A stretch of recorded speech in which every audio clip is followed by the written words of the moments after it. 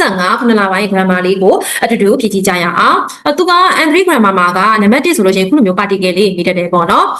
三个是東京で行われた魚の国際大会には、シーラがビゲラが東京までまたげれ。ဒီပေါ့အပြည်ပြည်ဆိုင်ရာဘောလုံးပြိုင်ပွဲကြီးမှာဆိုလို့ရှိရင်တဲ့စက်ခိုင်းကျူးဆိုတာကကဘာအနှံ့လို့ပြောတာနော်ကဘာအနှံ့ကိုလည်းအချိန်မှာကဘာအနှံ့အိုခုနောစကားဖန်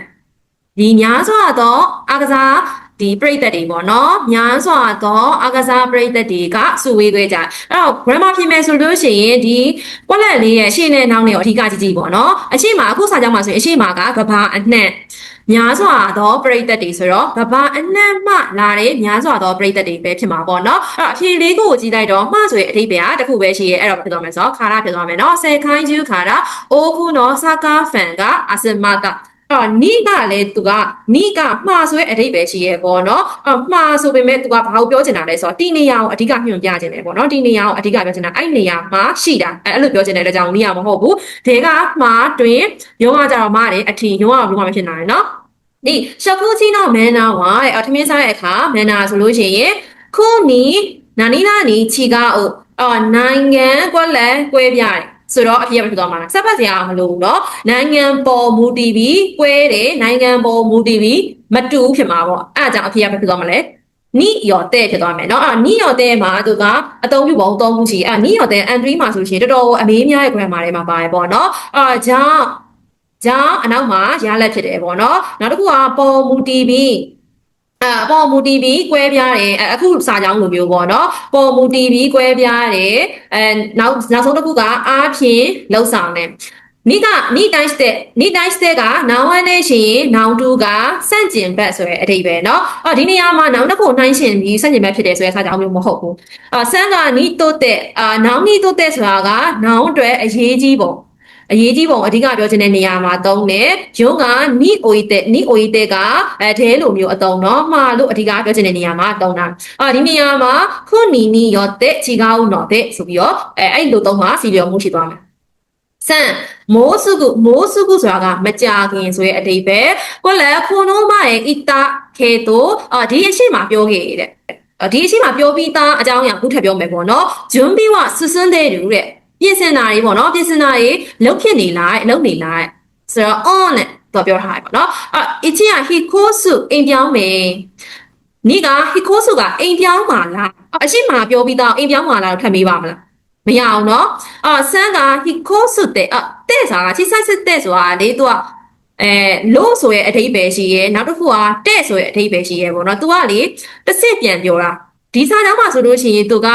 အရှိမတစ်ခေါက်ပြောထားပြီးသားအရှိမတစ်ခေါက်ပြောထားပြီးသားအခုထပ်ပြောမယ်ဆိုတော့အဖြစ်ရဖြစ်သွားမှာလားအခုအဖြစ်စမ်းပန်းဖြစ်သွားမှာပေါ့နော်ရုံးကကျတော့ no o hikosu no o ဆိုလို့ရှိရင်သူကခံရသူအဓိကထားပြီးပြောရမယ်နော်ဒီနေရာမှာဆိုလို့ရှိရင်မိုးစုကို hikosu တဲ့မကြခင်အိမ်ပြောင်းမယ်လို့အခုမတိုင်ခင်အရှိမပြောထားတာပြင်ဆင်တာတွေဆက်လုပ်နေလားဆိုဖြစ်မှာအတွက်ကြောင့်အဖြစ်ကစမ်းဖြစ်သွားမယ်နော်ယုံတနာခနဲ့ယာမရှတာနဲ့စကားပြောနေတယ်တနာခကယာမရှတာဆန်အေးကောယောခုမီရုဆိုတဲ့စနဲ့ရုပ်ရှင်မကြာခဏကြီးရဲ့ပုံပဲနော်တဲ့အေးကခန်းတဲ့မီနွန်ဒက်ကရုပ်ရှင်ုံမှာတွားကြည့်ရလားဆိုတော့ယာမရှတာကအေးကခန်းနီမိုအီခိမတ်ငါကောက်သုံးထားတယ်နော်ရုပ်ရှင်ုံမှာလေရုပ်ရှင်ရုံမှာလည်းကြည့်ရဆိုပေမဲ့ရုပ်ရှင်ရုံကိုလည်းသွားတယ်ဆိုပေမဲ့နာနီအေးတဲ့ဒီဗီဒီယိုမီရုဖိုးတော့က OEDS နဲ့အိမ်မှာပဲ DVD နဲ့ကြည့်ရများပါတယ်အဖြေလေးကိုကြည့်ကြည့်အောင်တာရှိခါနီဆိုတာကတေချာတလောက်ပေါ့နော်တာရှိခါနီတေချာတလောက်ကတော့ဒီနေရာမှာတေချာတလောက်ကိုထည့်ကြည့်မယ်အဖြစ်စီတော့လားတေချာတလောက်ကတော့ဆိုပြီးတော့သူ့ကိုသူပြောပါမှာမဟုတ်ဘူးနော်မာရုတဲ့ဆိုတာကတကယ်ကိုမာရုတဲ့ဆိုတာကတကယ်ကိုသူကဘယ်လိုနေရာမှာသုံးတာလဲဆိုတော့ဥပမာပေးရပါတော့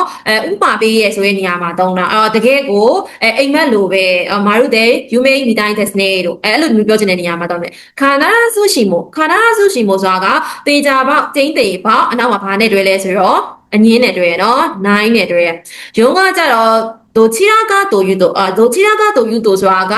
ပို့ပြီးတော့ဆိုရအထိပ္ပယ်ပါပို့ပြီးတော့ရွေးရမယ်ဆိုလို့ရှိရင်ပို့ပြီးတော့ဒီစာကြောင်းနဲ့ဆိုရင်အထိရပါဖြစ်သွားမှာလားရုံးမှန်းဖြစ်သွားမယ်နော်ရုပ်ရှင်ရုံကိုလည်းသွားတယ်ဆိုပေမဲ့ပို့ပြီးတော့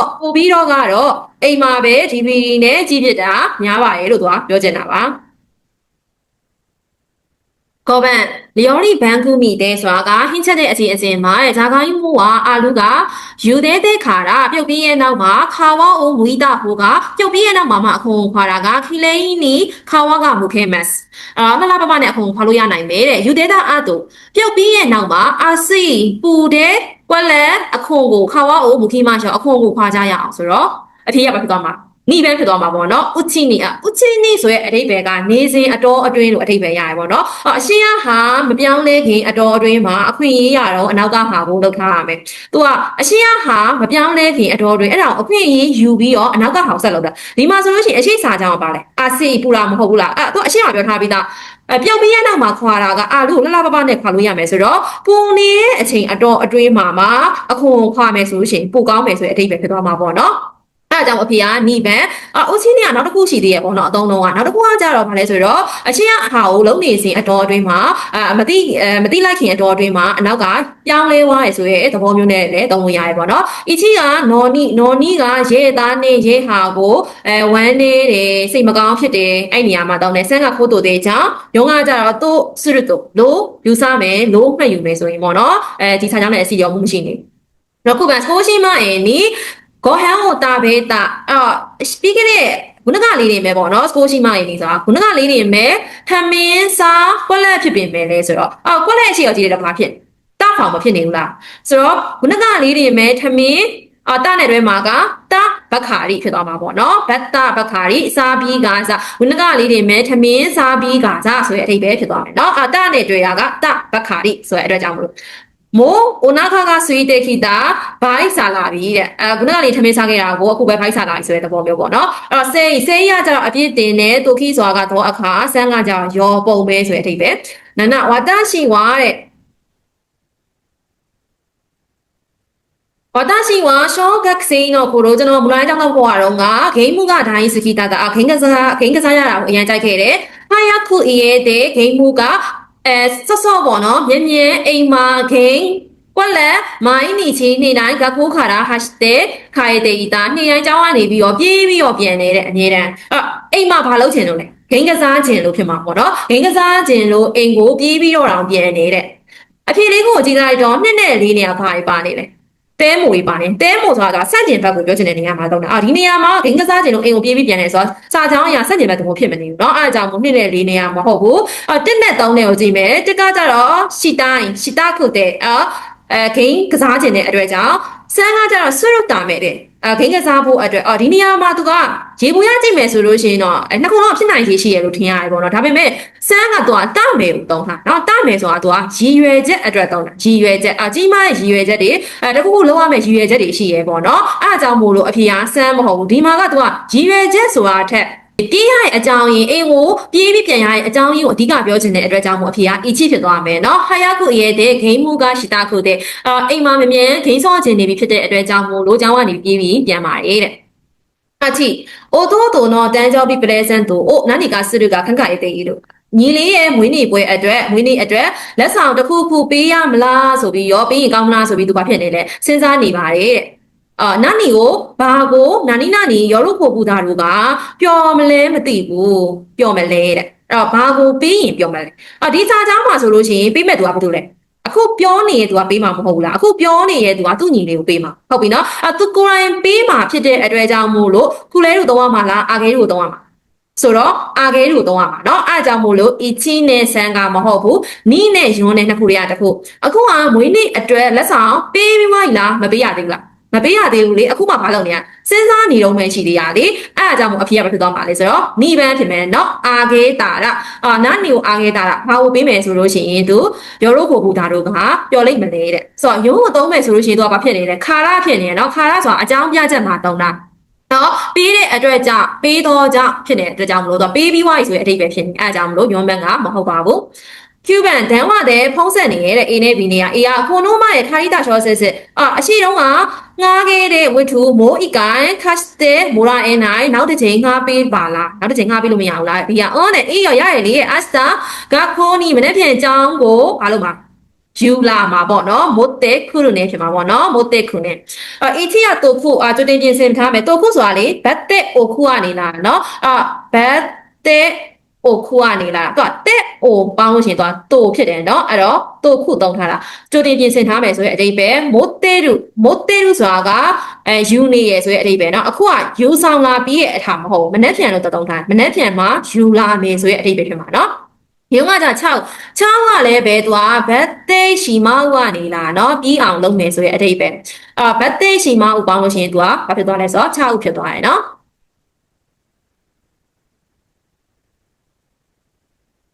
主本一个萨兰修呢，都是当东西米大内的萨兰修啥个？南面那边股票喏，南面那边嘛，这边当着不觉上里的，一空上的上里吧的，那你呢？ဆိုတော့စာရိုင်းရှိုးလို့ပြောထားတဲ့အတွက်ကြောင့်တောင်းတက်ပြီးပြီလားမတက်ရသေးဘူးလားမတက်ရသေးဘူးလေဟုတ်တယ်မလားဒါမဲ့နှစ်ပတ်မြောက်မှသူကတက်ရမှာဆိုတော့အဖြေလေးခုမှကြည့်လိုက်တော့အီချီကဟာလဲတဲ့ခိတာနေတာခဲ့တယ်ဘာဖြစ်နေလဲအတိတ်ဖြစ်နေရနော်ရုံးမှကြရလဲဟာလဲတဲ့ရောခတ်တာနေတာခဲ့လို့တော်သေးရပေါ့နီးနဲ့စမ်းနဲ့ပဲရှိမယ်နော်နီးကဟာလဲရုတို့ဤနေနေတာရင်ကောင်းပါပဲနော်စမ်းကကြတော့ဟာလဲရုတာနေတာခဲ့တော့ကြောင့်ပါဆိုတော့အဖြေကဘာဖြစ်သွားမှာလဲဆိုတော့နိဗ္ဗာန်ဖြစ်သွားမယ်နော်ဟာလေရုတို့ဤနေနေတာမယ်ဆိုရင်ကောင်းပါပဲတောင်းတတဲ့နေ့မှာကျူးကြီးရှင်းတော့ဟုံးမှုပေးကြည့်တယ်မျိုးရဲ့ website တစ်ခုမှာခုကစစမ်းချင်းနီချီနီ9လပိုင်း30ရက်နေ့မှာအော်စာရေးဆရာတူဖြစ်တဲ့သူကနေပြီးတော့ခွန်းကိုင်ဟောပြောပွဲကိုသူကျင်းပဖို့ရှိရပေါ့နော်ရှင်မင်းတို့ခတ်တာတဲ့အားလေပါအဲ့တော့မြို့သူမြို့သားဖြစ်တဲ့ဘသူမဆိုမြို့သူမြို့သားဖြစ်တယ်ဆိုလို့ရှိရင်ဒိုနာတာတဲ့မို့ဘသူမဆိုမူလျောတဲ့အခမဲ့ဘာဖြစ်မှာပါဝင်နိုင်တယ်ပဲဖြစ်မှာပေါ့နော်အဖြေလေးကိုကြည့်လိုက်တော့လေးခုလုံးအဆန်းကားတွေဖြစ်နေရနော်အီချီကတော့ဆန်းကားနီးနာတဲ့ mass ပါဝင်နိုင်ပါမယ်ဆိုတော့အဖြေကဘာဖြစ်သွားမလဲဆိုတော့အီချီဖြစ်သွားမယ်နော်နီးကဆန်းကားအီတာရှိမှပါဝင်ပေးရစီအီတာရှိမှဒီရှိမစီရဲ့သူကခန်းကြောကောနော်သိချတယ်အတုံးလုံးဆိုတော့အဖြေကနီးမဟုတ်ဘူးเนาะပါဝင်ပြရစီပုံစံဖြစ်နေဆန်းကဂေါဆန်းကနီနာတဲ့ email ပါဝင်နေပါတယ်ဆိုတော့မဟုတ်ဘူးရုံးကဆန်းကတဲ့ခိတဲ့ orimas လည်းမဟုတ်ဘူးเนาะအဲ့ဒါကြောင့်အဖြေကဂေါဆန်းကနီနာလေးမှဖြစ်မယ်เนาะရုံးကဆန်းကတဲ့ခိတဲ့ orimas ဆိုလို့ရှိရင်တော့ပါဝင်နေပါတယ်ဆိုတဲ့ပုံစံမျိုးကြီးပဲဖြစ်နေတယ်เนาะနံပါတ်7ဤစမ်းဝါအရင်တော့ခိုင်းချမ်းတော့မတူခါရတာ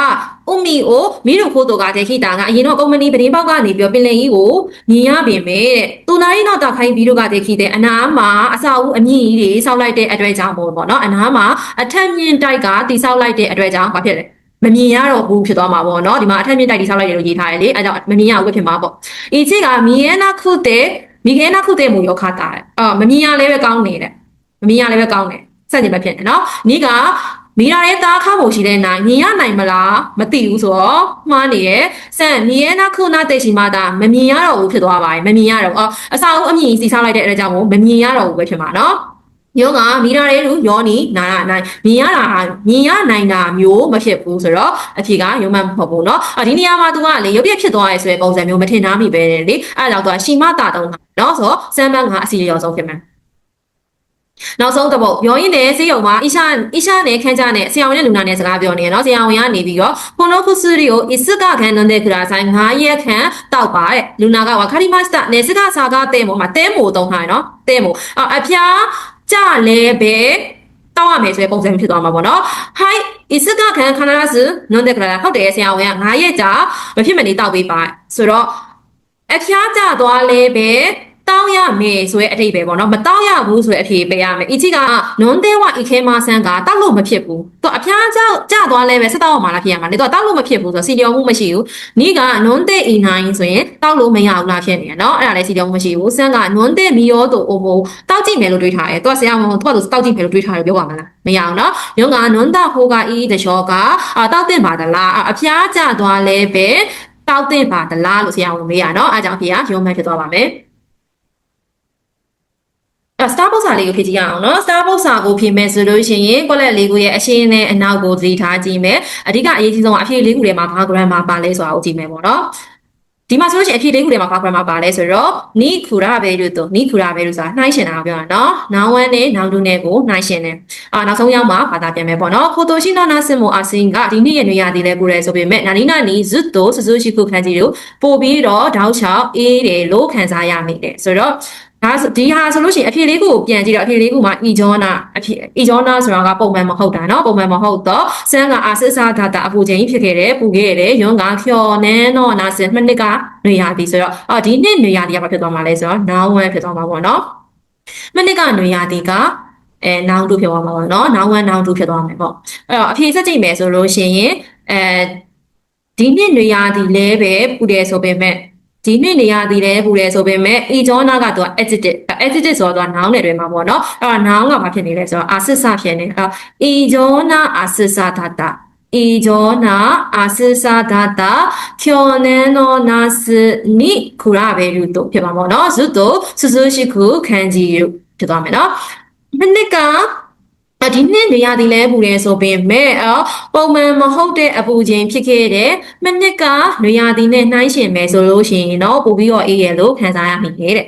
ဂျူကောကဟာဂျီမဲတဲ့အာရူဘိုက်တိုအိုရှ်တဲ့ပထမဆုံးအချိန်ပိုင်းလောက်ကိုလုပ်ပြီးတော့အိုခနဲ့ဖူစဲကူဆိုတာကပတ်စံရှာတယ်ပေါ့နာနီနာနီဝါခတာနားလေခဲ့ပါတယ်အဖြေလေးကိုကြည့်တော့ဘာဂရမ်မှာပါနေဆိုတော့ဒိုရီတာခဲဟုတ်ပြီနော်ဒိုရီတာခဲနာနီနာနီကိုတိုက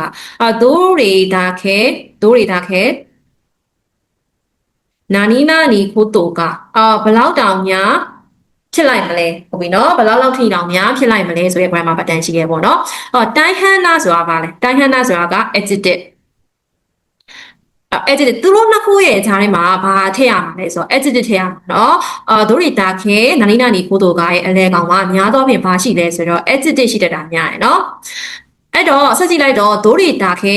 တိုင်းဟန်နာခိုးတိုကအတွဲလိုက်ဖြစ်သွားမယ်เนาะအဲ့တော့ဘာရှိနေလဲဆိုတော့ခိုးတိုကတစ်ခုကျန်နေရပေါ့ခိုးတိုကဘယ်ကိုရောက်သွားမလဲဆိုတော့အရှိဆုံးကိုရောက်သွားမယ်ပေါ့เนาะခါစဲကူခိုးတိုကဆိုပြီးအတွဲလိုက်ဖြစ်သွားမယ်เนาะခါစဲကူခိုးတိုက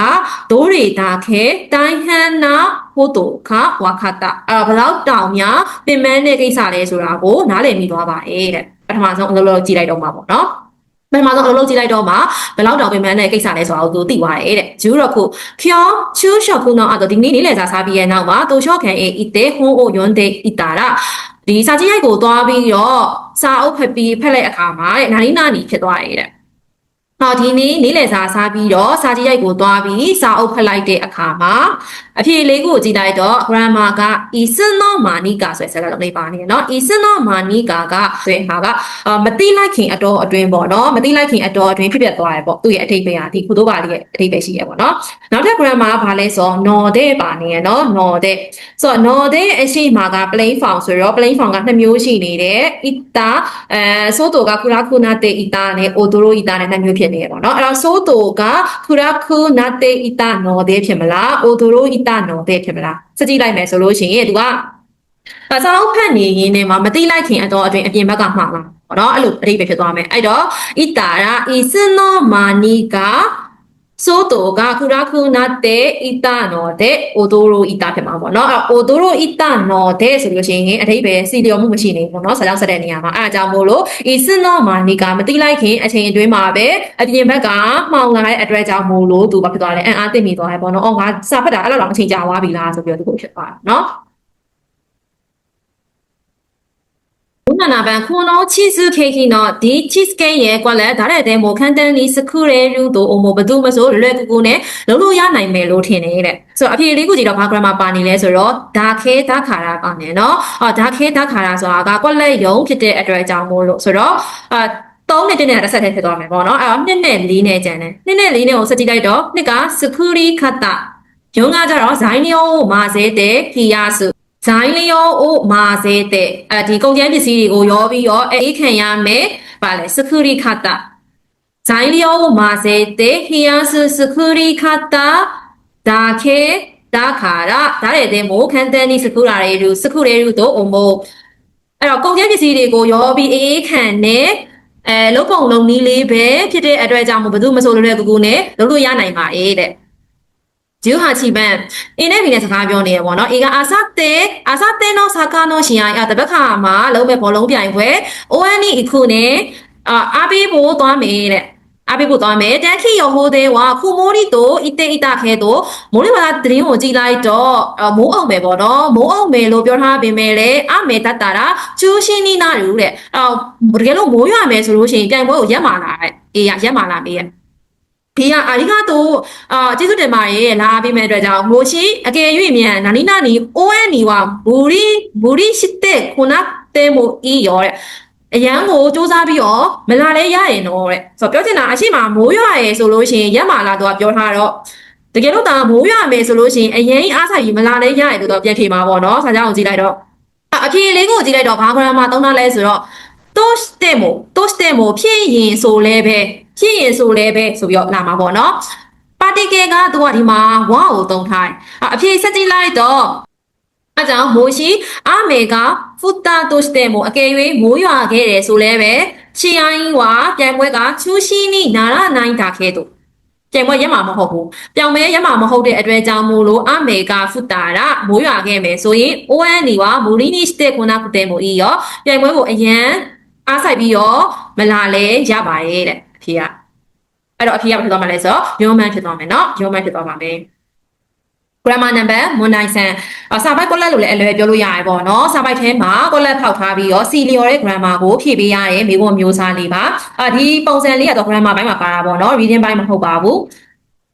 ဆိုလို့ရှိရင်ဒီပုံစံအမျိုးအစားကိုဖြည့်မယ်ဆိုလို့ရှိရင်လေသူကကောလက်ရဲ့အရှိနဲ့နောက်အရေးကြီးရပေါ့နော်ကောလက်ရဲ့အရှိနားလေးနဲ့အနောက်နားလေးသူပါရဲ့စာကြောင်းလေးကိုအဓိကဖတ်ပေးရမယ်ပေါ့နော်မွန်နိုင်ဆန်မှာဆိုလို့ရှိရင်သူက၄ချောင်းမေးမယ်ပေါ့နော်မိဘ၄ခုမေးမယ်ပေါ့မိဘ၄ခုပါမယ်အဲ့ဒီမိကွန်းလေးခုထဲမှာတချောင်းကအခုနံပါတ်19လိုမျိုးပေါ့နော်စကားဆက်တချောင်းကိုမေးမယ်စကားဆက်တစ်ခုကိုမေးမယ်နောက်တစ်ခုနံပါတ်21လိုမျိုးအညွှန်းစကားလုံးပေါ့နော်ရှိကောလို့ခေါ်ရပေါ့နော်အဲ့လိုမျိုးအညွှန်းစကားလုံးကတစ်ခုပါမယ်ပေါ့ကျန်တဲ့နှစ်ခုကတော့သူက grammar ပုံစံလေးကိုမေးရပါဒါဆိုရင်ဖြည့်ကြည့်အောင်နော်အခုလိုမျိုးမိကွန်းပုံစံဆိုလို့ရှိရင်လေသူကကွက်လက်လေးရဲ့ရှေ့နားနဲ့နောက်နားကအရင်အေးကြီးရပေါ့နော်ရှေ့စာချောင်းနားစာချောင်းရှေ့နားနောက်နားလေးကိုသေချာဖတ်ပေးရမယ်ဒီမှာဆိုလို့ရှိရင်GQ ဘက်မှာဆိုလို့ရှိရင်ကွက်လက်ကအခုဒီနားမှာပေါ့ဒီနားမှာရောက်နေရပေါ့နော်ကွက်လက်ကဒီနားမှာရောက်နေရဲ့သူ့နေရာနားကိုဖတ်ကြည့်ရအောင်နော်ဝါဒရှိတာချီကကျွန်တော်တို့ကဘတ်စ်တဲ့စကီလျော်ခိုနီအခိမစတာဘတ်စကနဲ့စကိတ်ခီးနေရာကိုသွားခဲ့ပါတယ်စကိတ်ကွင်းပေါ့နော်စကိတ်ကွင်းကိုသွားခဲ့တယ်ဆိုနိုဟီဝါအဲ့ဒီနေ့ကဟာလဲတဲ့အီမတ်စတာကနေတာခဲ့တယ်ဆိုပေမဲ့ဘာဆူအိုလီတာရာတိုတဲမို့စာမှုခုတဲ့ဘတ်စကားပေါ်ကနေဆင်းလဲဆင်းရောအရန်ကိုအေးလာပြီးစကိတ်ကွင်းသွားတဲ့နေရာဆိုအေးရပါတော့တေချာဘောက်ကတော့အရန်အေးလာပြီးတော့私は暖かいところにいたいと思いました。နွေးတဲ့နေရာမှာရှိကျင်တယ်လို့တွေးမိသွားခဲ့ရဲ့။ဒီဘတ်စကားကိုဆန်စီရုံကတော့ရာသီဥတုကနွေးထွေရဲ့။ဆိုပေမဲ့စကိတ်ကွင်းလက်ရောက်လက်ရောက်ကအရန်အေးလာတဲ့အခါမှာသူကနွေးတဲ့နေရာမှာသွားကျင်တော့တာပေါ့နော်။နွေးတဲ့နေရာမှာပဲရှိကျင်တော့တာ။ကောလက်ဖောက်ထားရဲ့ဆက်ဖက်ကြည့်မယ်ဆက်ခခုခိတနော်ဒါခါရတော့အမိုတဲ့တကူးတကလာခဲ့ရတဲ့နေရာတကူးတကလာခဲ့ရတဲ့အတွက်ကြောင့်လို့တွေးမိပြီးတော့စကီနောရန်ရှိကိုဟာကြီးမေတာစကိတ်လေးချင်းဖို့စတင်ခဲ့ပါတယ်တဲ့အစပိုင်းတော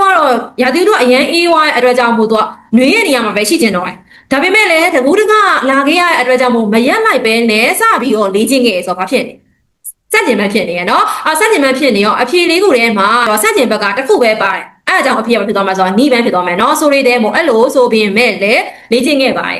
အီချီယာတာတွဲပါဥပမာအားဖြင့်ဆိုပြီးတော့တစ်ခုခုဥပမာပေးပြီးရှင်းပြမယ်ပေါ့နော်ဥပမာမပါတဲ့အတွက်ကြောင့်အီချီယာမဟုတ်ဘူးဂျီဆွာတကယ်တော့ဆိုပြီးတော့အဖြစ်မှန်ကိုရှင်းပြမယ်ဇန်ကလည်းမဟုတ်ဘူးယုံကမာတဆိုတာကထို့အပြင်နောက်ထပ်ခက်ပြီးတော့ဖြစ်တဲ့ဟာကိုပြောမှာနော်အဲအကြောင်းယုံကလည်းမဟုတ်ပါဘူ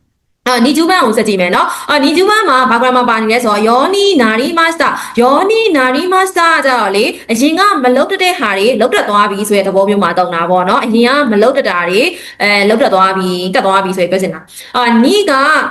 ယောနီစတဲ့အာဂင်မန်နီနဲ့ဆန်တွေကအာဂင်မတ်နဲ့ကူလဲမတ်နဲ့ကိုပြလုတ်ပေးတယ်လို့ပြောချင်တာနော်လုတ်ပေးတယ်ယွန်ကကြတော့ဘတ်တေမူရာအမတ်စတာသူများကိုလုတ်ပေးခိုင်းတယ်လုတ်ပေးစီကျင်တယ်ပေါ့နော်အဲ့တော့စက်ကြည့်ရအောင်နီဂျူဘန်ကဒီနေရာလေးမှာကွက်လက်လေးဒီနေရာလေးမှာဖောက်ထားရယ်နော်အဲ့တော့ကြည့်မယ်ဆိုလို့ရှိရင်သူ့နေရာနားပဲအမဆက်ဖက်ပေးသွားမယ်နော်အိုမိုရှိရိုခါတာတဲ့စိတ်ဝင်စားဖို့ကောင်းခဲ့တယ်ဟန်ချစ်စစ်တဲ့နေတဝက်နဲ့တိတ်ပြီးတော့မချော်လဲဘူးမလိမ့်ကြပဲနဲ့ကွက်လက်ဖြစ်ခဲ့တဲ့ယာမနောဥေခါရာတောင်ရဲ့အပေါ်ကနေပြီးတော့စူဘဲတဲ့အိုရီရူတိုခီနောစပီဒိုနီဒိုခီရှိမစတာတောင်ပေါ်ကနေပြီးတော့စူဘဲရူဆိုတာကဒီစကိတ်စီးတာကိုပြောတာပေါ့နော်စကိတ်စီးပြီးတော့ဆင်းတဲ့အခါမှာဆင်းတဲ့အခါရဲ့အချိန်တုံးကိုတော့စိတ်လှုပ်ရှားမိပါတယ်တဲ့စိတ်ဝင်စားဖို့ကောင်းတယ်နေတဝက်ကိုမှမလိမ့်ကြပဲနဲ့ဘာဖြစ်သွားမှာတ တက်မြောက်သွားမှာပေါ့နော်တက်မြောက်သွားမှာစုဘေးရေလူယောနီနာရီမတ်တာစီးတက်သွားခဲ့ပါတယ်ဖြစ်မှာပေါ့နော်ဒီနေရာမှာသူများကိုပေးတာတွေသူများကိုလောက်ခိုင်းတာတွေဖြစ်ပါမလားအစီလျော်မှုမရှိဘူးเนาะမဆိုင်အားကြောင့်အဖေက ET နောက်တစ်ခုကကြတော့အညွှန်းစကားလုံးလေးပေါ့နော်အီမဝါအခီတဲ့စခီနောခိုမိလူတာဘီနီတာဘီနီဆိုတာကလောက်တိုင်းအရှိရဟာကိုလောက်တိုင်းအနောက်ကဟာဖြစ်တဲ့အခုအချိန်မှာတော့တဲ့ဘူတာယုံမှာစခီနောခိုဆိုတာအကြော်ညာနော်စကိတ်ကြော်ညာကိုမြင်လိုက်ရတဲ့အခါတိုင်းကွက်လက်စခီလျော်ကိုအိုမိုီဒါရှိမတ်အိုမိုီဒါရှိဆိုတာတတိယအမှတ်ရတာကွက်လက်စကိတ်ခီးစဉ်ကိုတတိယမိပါတယ်ဆိုတော့သူသွားခဲ့ခီးစဉ်ဖြစ်မှာပေါ့နော်အချစ်ကအနိုးခိုအဲ့ဒီကြော်ညာနဲ့ပတ်သက်ပြီးဘာကိုသိရမှာလဲဘာမှမဆိုင်လေဟုတ်တယ်နော်နီးရကြတော့နီးပုံစံကမရှိပါဘူးစမ်းကအားရုဖြေလို့မရအောင်နော်ဘာဖြစ်လို့အားရုဖြေလို့မရလဲဆိုတော့အနောက်မှာနောင်ပါတဲ့ကြောင့်မို့လို့စခီလျော်ကိုကနောင်နော်နောင်ဖြစ်တဲ့အတွေ့အကြုံမို့လို့ဘာပဲဖြစ်မှာလဲဆိုတော့အာနိုးပဲဖြစ်မှာနော်အာနိုးစခီလျော်ကိုမိုးကြီးထားရှိမှဖြစ်သွားမယ်နော်နံပါတ်22ကိုကြည့်ရအောင်ညီကျူးညီပန်းမှာဆိုလို့ရှိရင်သူကညီကျူးညီပန်းအစာချောင်းရဲ့နောက်ဆုံးအဆုံးသက်လေးမှာနော်မာတာအခိတာခုံနာရီမှာထပ်ပြီးတော့သွားချင်လာပါတယ်ဆိုတော့သူအရှိတစ်ခေါက်ကသွားခဲ့တဲ့စကိတ်ကိုထပ်ပြီးသွားချင်တာပဲဖြစ်မှာပေါ့ဂျီဘွန်တဲ့ကိုစကီကိုစတေမီတဲ့日本でスキがフルの代表的なスポーツになっている理由がよくここらスケート CGB တော့မှာဂျပန်နိုင်ငံမှာစကိတ်အားကစားနည်းကစောင်းရသည်ရဲ့ကိုစားပြုအားကစားပေါ့ဟုတ်ပြီနော်စောင်းရသည်ရဲ့ကိုစားပြုအားကစားဖြစ်ရတဲ့အကြောင်းရင်းကိုသူအခုအချိန်မှာဘာဖြစ်လဲတေချာဘာဖြစ်မှာလဲနားလည်မယ်ဆိုရင်ပုံစံမျိုးပေါ့နော်အရင်တော့စကိတ်ကိုဘာကြောင့်အလောက်ထိညီပန်းစားရတယ်နာမည်ကြီးရတယ်သူမသိဘူးဆိုပေမဲ့ကိုရိုင်းစကိတ်ကိုစီးကြည့်ပြီးတော့မှဂျပန်နိုင်ငံမှာစကိတ်အားကစားနည်းကစောင်းရတီရဲ့ကိုစားပြုအားကစားတစ်မျိုးဖြစ်ရလဲဆိုတဲ့အကြောင်းရင်းကိုသူအခုချိန်မှာနားလည်ခဲ့မှာနော်ဝါခါရီမတ်တာဖြစ်မယ်ဝါခတ်တဲ့ ikimet ဆိုတာကနားလေသွားတယ်ဝါခါရုံတော်တဲ့ချောနားလေလားသူကနားလေရလေသူများကိုသွားနားလေနားလို့ပြီးပါမလားဝါခတ်တာဆိုတဲ့ဆိုရင်နားလေတဲ့ပုံပဲဆိုပြီးသူကိုပြန်နိုင်ပါမလားဟုတ်ပြီနော်အားကြောင့်မို့အဖေကဘာဖြစ်သွားမလဲစမ်းပန်းဖြစ်သွားမှာမယ်အရင်တော့ကတော့ skate အားကစားနည်းကိုမသိခဲ့ဘူးဒါပေမဲ့အခု skate အားကစားနည်းကိုကိုယ်တိုင်စီးကြည့်ခဲ့ရပေါ့နော်စီးကြည့်ခဲ့တော့မှပဲအကြောင်းပြချက်ကိုအကြောင်းအရင်းကိုသေချာနားလေခဲ့တာအဲ့လိုပြောမယ်နော်အခုကသူကစီးပြီးသွားတဲ့အကြောင်းကိုဘူပြန်ပြီးတော့ပြောတာဖြစ်တဲ့အကြောင်းကိုဝါခါရီမတ်တာကိုတော့ရမယ်နော်ဝါခတ်တဲ့ ikimas နားလေသွားတယ်ဆိုလို့ရှိရင်သူကရှေ့တစ်ခေါက်စီးနေတဲ့အချိန်မှာတည်းကသုံးပြီးပြောမှရမှာเนาะအခုဟာပြီးသွားပြီပြီးသွားလို့အောင်ပြန်ရောက်တဲ့အချိန်မှာဘူဒါယုံမှာကတ်ထားတဲ့ဟာကိုပြန်ကြည့်ပြီးပြောနေရဖြစ်တဲ့အတွက်ကြောင့်မို့လို့ဝါခါရီမတ်တာဖြစ်မယ်เนาะ